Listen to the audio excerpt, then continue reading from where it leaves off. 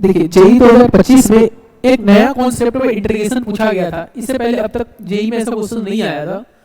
तो इस कॉन्सेप्ट को आप सीख लेंगे तो हो सकता है इन अपडेट फ्यूचर में भी पूछते अपडेट स्क्रिप्ट में या फिर आगे के क्वेश्चन पे अब पूछने लगेगा, क्योंकि ये पहली बार पूछा तो इससे आगे अब जरूर पूछेगा। तो कॉन्सेप्ट क्या है, बीटा गामा फंक्शन। जैसे हमारे पास इंटीग्रेशन है आई एम कॉमा एन बराबर इंटीग्रेशन ऑफ 0 से 1 x की power m minus 1 into 1 minus x की power n minus 1 into dx। तो हम डायरेक्ट लिख सकते हैं क्या, integration of m comma n क्या हो जाएगा, factorial m minus 1 factorial n minus 1 और factorial m plus n minus 1 उसके डिवाइड में। सही है। तो देखिए क्वेश्चंस क्या था, क्वेश्चंस यही था कि integration of m comma n 0 से 1 x की power m minus 1 1 minus x की पावर n माइनस 1 dx। इसको तो डायरेक्ट हम लिख सकते थे कैसे कि i m कॉमा n क्या होता है कि integration of m minus 1 integration of n minus 1 divided by दोनों का सम और उसमें से माइनस 1। सही है। तो क्या हम यहां से ऐसा कर सकते हैं क्या कि इंटीग्रेशन ऑफ बता सकते हैं 9 minus 1 8 integration of 40 minus 1 30 factorial. सही है।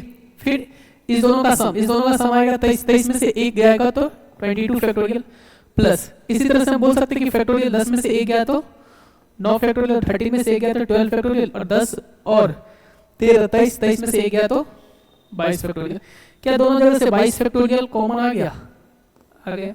फिर अब यहां से हम बोल सकते हैं कि देखिए ये 8 फैक्टोरियल ये 13 फैक्टोरियल, ये 8 फैक्टोरियल 13 को लिखते 13 इंटू 12 फैक्टोरियल प्लस ये 9 को लिखते 9 इंटू 8 फैक्टोरियल और फिर 12 फैक्टोरियल। क्या सारी जगह से 8 फैक्टोरियल 12 फैक्टोरियल कॉमन आ गया, बचा कितना यहाँ पे 13 और वहां पे 9 डिवाइडेड बाय 22। अब यहां से हम बोल सकते हैं, यहां से हम इजीली बोल सकते हैं कि 23 और प्लस 13 और प्लस 9 कितना होगा 22।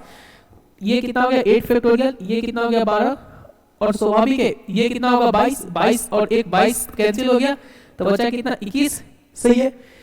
अब हम इस हिसाब से बोल सकते हैं क्या ये 8 फैक्टोरियल है, मतलब हम इसको अगर ऐसा लिखा है चाहे 9 और ये 13 लिखा है तो 13 का मतलब कितना होगा, सॉरी ये 12 लिखा है 12 का मतलब ये 13 रहा होगा यहाँ पे।